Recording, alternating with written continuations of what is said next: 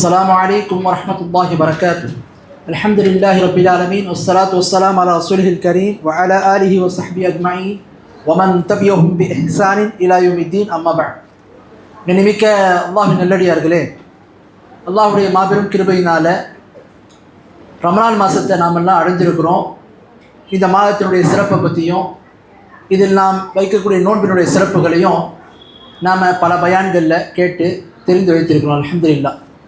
சுருக்கமாக இந்த ரமலானை பற்றி சொல்ல வேண்டிய முக்கியமான விஷயம் என்னென்னு சொன்னால், இந்த ரமலான் நோன்பில் பகல் நேரங்களில் நாம் உண்ணாமல் பருகாமல் தாகித்திருப்பது அதற்கான நோக்கம் என்ன என்பதை நாம் அறிந்திருக்க வேண்டும். அல்லாஹ் தஆலா அல் குர்ஆனில் 2வது அத்தியாயத்தில் 183வது வசனத்தில் சொல்கிறான், யா அய்யுஹல்லதீன ஆமனு குத்திப அலைக்கும் ஸியாமு கமா குத்திப அலல் லதீன மின் கப்லிக்கும் லஅல்லக்கும் தத்தகூன். ஈமான் கொண்ட மக்களே, உங்களுக்கு முன்பிருந்தவர்கள் மீது நோன்பு கடமையாக்கப்பட்டது போல உங்கள் மீதும் நோன்பு கடமையாக்கப்பட்டிருக்கு. எதற்காக வேண்டி, என்ன காரணத்துக்காக வேண்டி?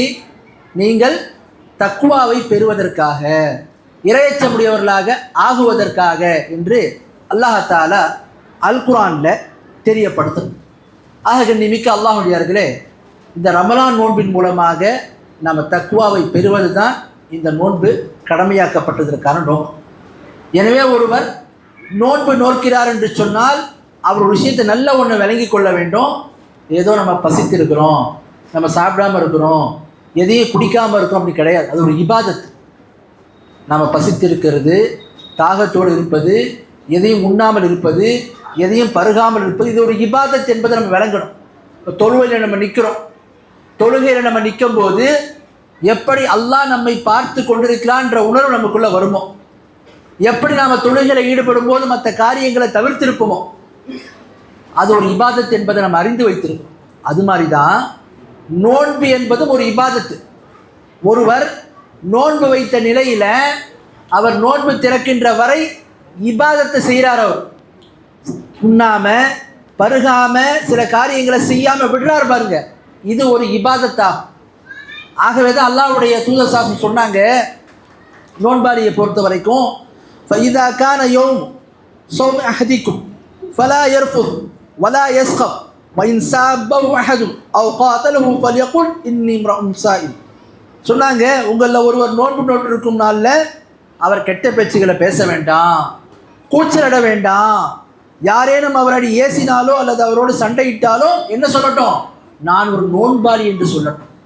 அப்போ நோன்பு வைப்பதன் மூலமாக ஒரு மனிதன் பசித்திருக்கக்கூடிய அந்த நேரம், தாகித்திருக்கக்கூடிய நேரம் ஒரு இபாதத்தில் இருக்கிறார்.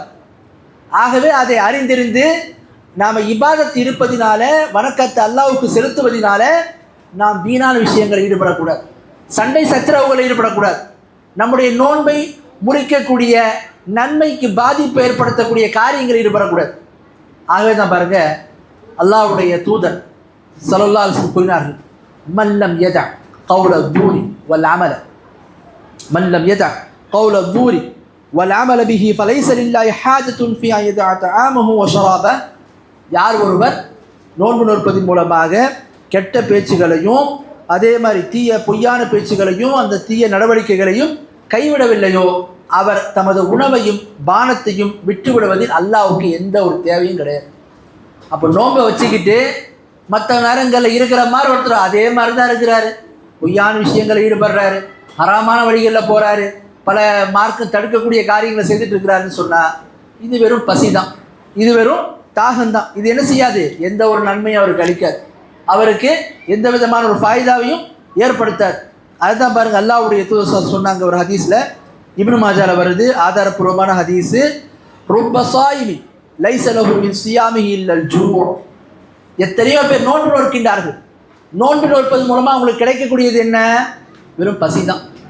காலையிலேருந்து சஹர் செய்தாங்க, எதையும் சாப்பிடாம எதையும் குடிக்காமல் இருக்கிறாங்க, அவ்வளோதானே தவிர அதை தாண்டி ஒன்றும் அவங்களுக்கு ஏற்பட போகிறது கிடையாது. அப்படி நம்மளுடைய நோன்பு இருக்கக்கூடாது. நோன்பின் மூலமாக நம்ம இடத்துல மாற்றங்கள் வரணும். ஒரு மனிதன் நோன்பு வைத்திருக்கக்கூடிய நிலையில் முதல்ல அவன் உணரணும், நான் இபாதத்தில் இருக்கிறேன்.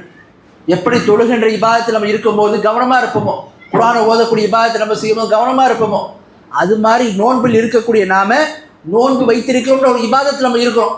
நோன்பு வச்சுக்கிட்டு சினிமா பார்க்கறது, நோன்பு வச்சுக்கிட்டு ஆபாசமான விஷயங்களை இப்போ இது பண்ணுறது, நோன்பு வைத்துக்கொண்டு பிறரை ஏசுறது, நோன்பு வைத்துக்கொண்டு புறம் பேசுறது, நோன்பு வைத்துக்கொண்டு கோல் சொல்கிறது, நோன்பு வைத்துக்கொண்டு ஹலால் ஹராமுக்குள்ளே எந்த வித்தியாசம் இல்லாமல் நடக்கிறது.